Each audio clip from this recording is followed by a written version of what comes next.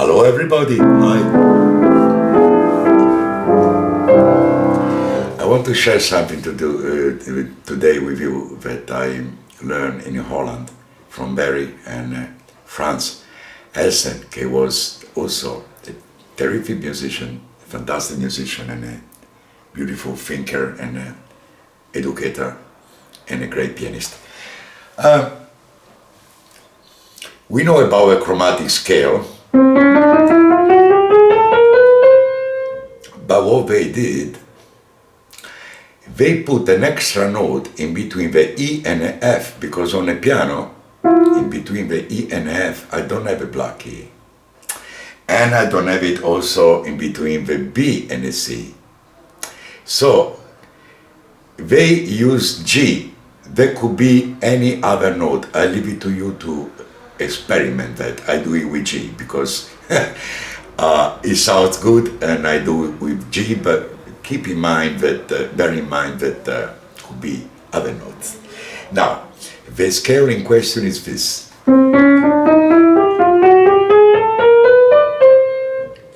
On C sounds good. Maybe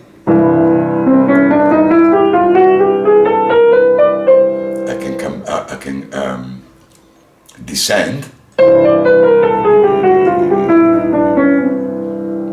Now, that's the scale. I should know it from every degrees.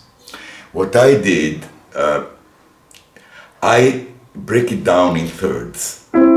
So I take the first third, and here I can go up and down. Now with this one, I go to E, the extra note, and then I come back. I go on.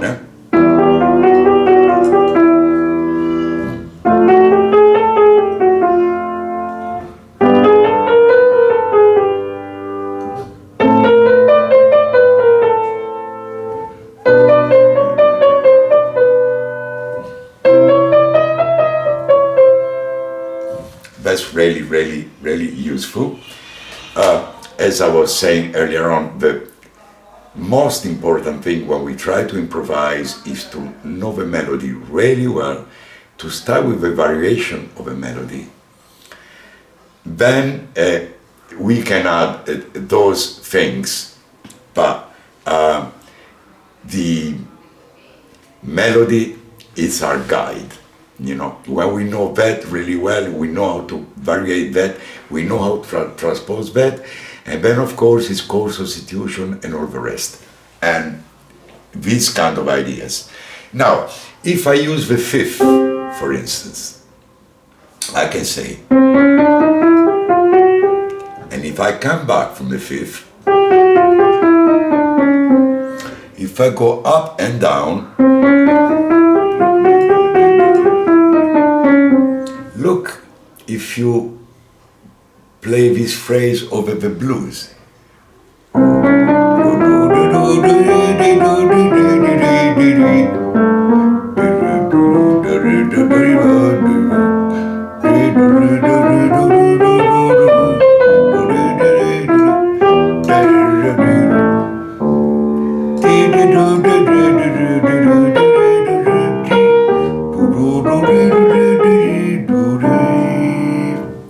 Okay, so I can go backwards. Believe me, I have an experiment with all of this myself. The last thing I like to tell you, it's we obviously should know the chords of the scale, and I guess you do.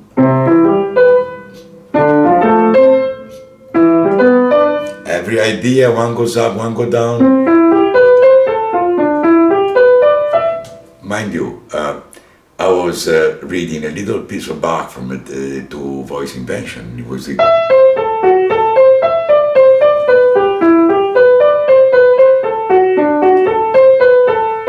was doing exactly that, so we're supposed to know that, right?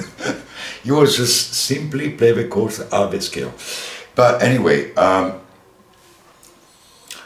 generally it's nice to add a note to the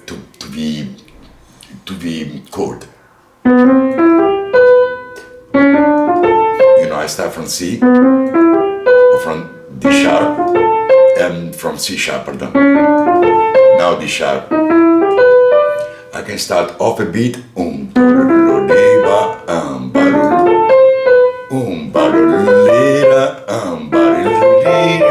Right. Now, I'm gonna play that straight, and I'm gonna come back with a chromatic approach that we just discussed earlier on. The first one is quite easy, because I come back chromatically from B to G. Now the second one, I got to do something, because I'm dealing with a C, and I got to put an extra note in between C and B. So, look at this. I go on, chromatic.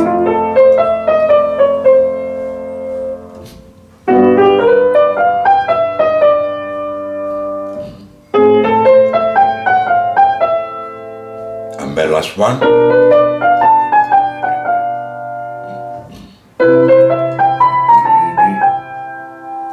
Now, in some other video we discuss the little, how Barry used to call it, crotchet.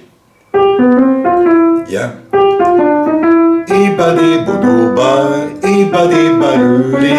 Now, if I do this chromatic line, when I get to G, I can do one of those.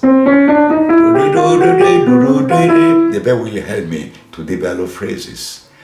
I wish you all the best, have a good practice, and well, if somebody want to get deeper into this, you can always let me know, contact me, and because obviously here we just give little tips, but if you want to dig deeper into this, there is more and more and more. All the best.